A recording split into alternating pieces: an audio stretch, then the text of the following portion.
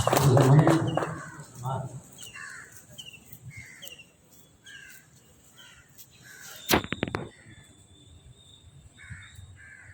friends, today we are celebrating 73rd Republic Day of our country.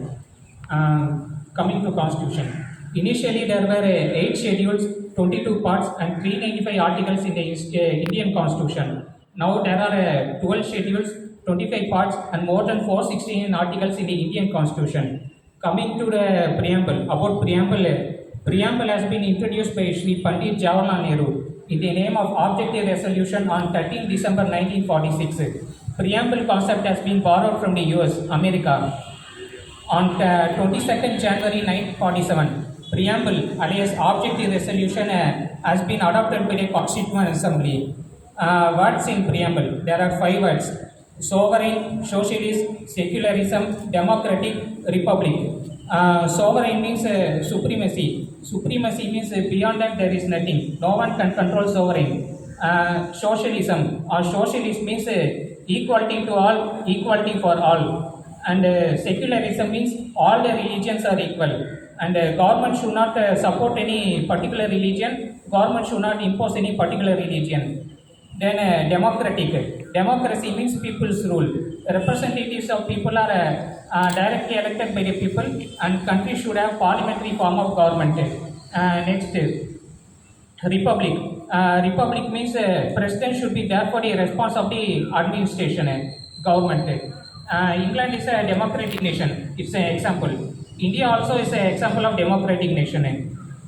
Next, Preamble is indicating 3 types of justice. It has 3 types of justice: political justice, economic justice, and social justice.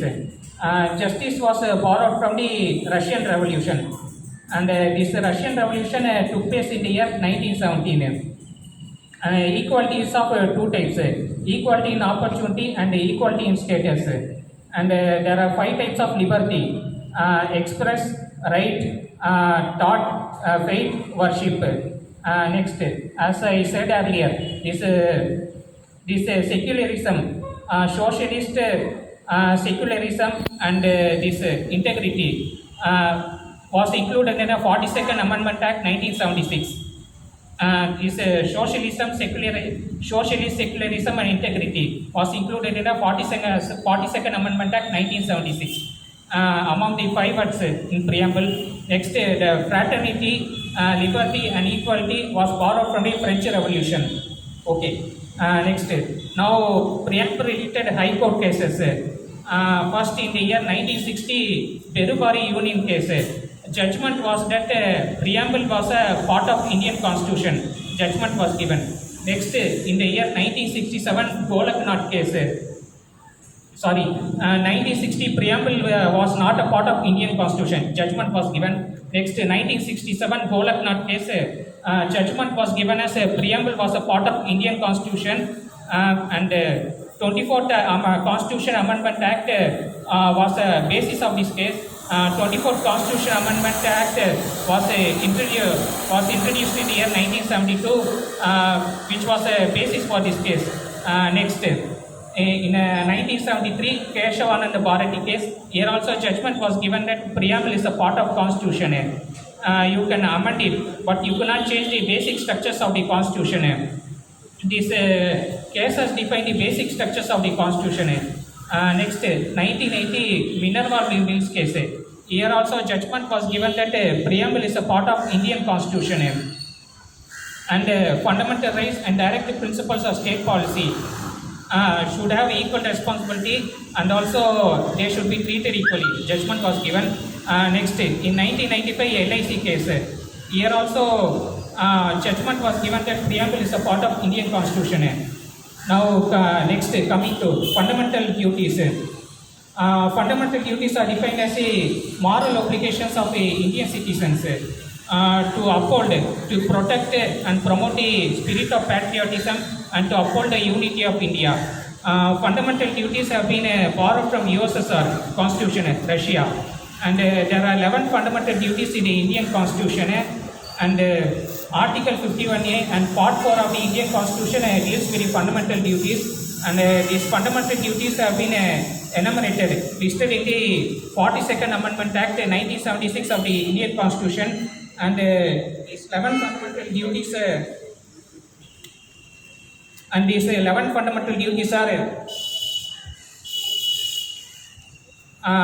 to abide by the Constitution and respect its ideals and institution, national flag and the national anthem, to cherish and follow the noble ideals which inspired our national struggle for freedom, to uphold and protect the sovereignty, unity and integrity of India, to defend the country and render national service when called upon to do so, to promote harmony and the spirit of common brotherhood amongst all the people of the India, transcending religious, linguistic and regional sectional diversities, to renounce practices derogatory to the dignity of women, to value and preserve the rich heritage of our composite culture, to protect and improve the natural environment, including forests, lakes, rivers, wildlife, and to have compassion for living creatures, to develop the scientific temper, humanism, and the spirit of inquiry and reform, to safeguard the public property and to abjure violence, to strive towards excellence in all the spheres of individual and collective activity, so that the nation constantly rises to the higher levels of individual achievement,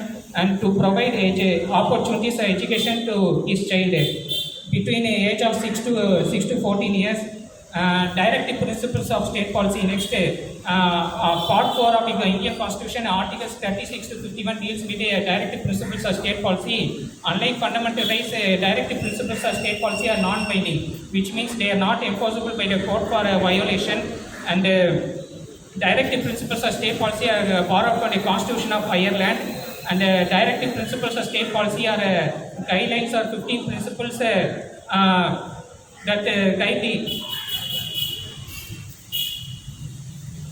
given to the federal states governing the state of India. Thank you.